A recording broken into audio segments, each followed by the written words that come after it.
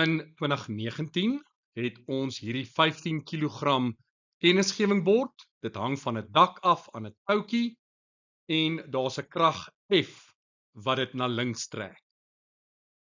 Wanneer die hoek tussen die dak en die toutjie 40 grade is, word 'n geslote vektordiagram verkry vir al die kragte wat inwerk. Nou watter afleiding kan ons dan maak? As ons sit met 'n geslote vektordiagram, dan weet ons die voorwerp is in ewewig. Met ander woorde, die som van al die kragte is gelyk aan 0. Die resultante krag is met ander woorde 0. Bereken die gewig Fg van die kennisgewingbord. Dis massa maal met gravitasie. Die massa is 15. Gravitasieversnelling is 9,8 en dit gee vir jou 147 Newton. Dan word jy gevra om 'n benoemde geslote vektordiagram te teken waar jy al die kragte aandui en een van die hoeke ook wys.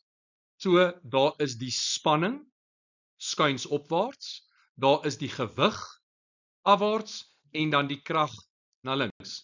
Kyk jou pylpunte en jy sien my beginpunt en my eindpunt is dieselfde punt. Dit is 'n geslote vektordiagram.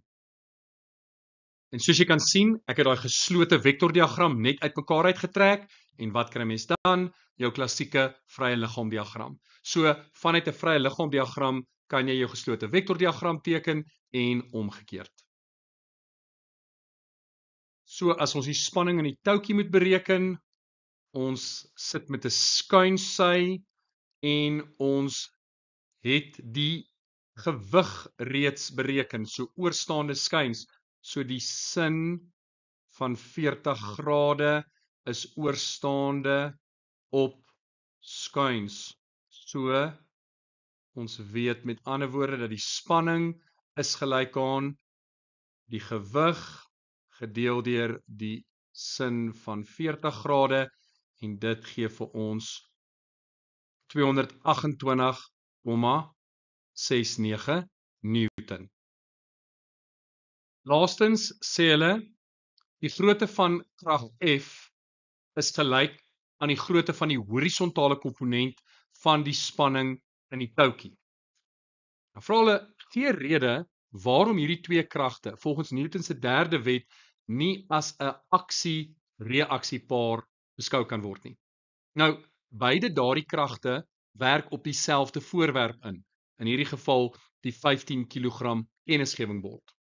Vir Newton 3 om van toepassing te wees, moet die kragte op verskillende voorwerpe inwerk.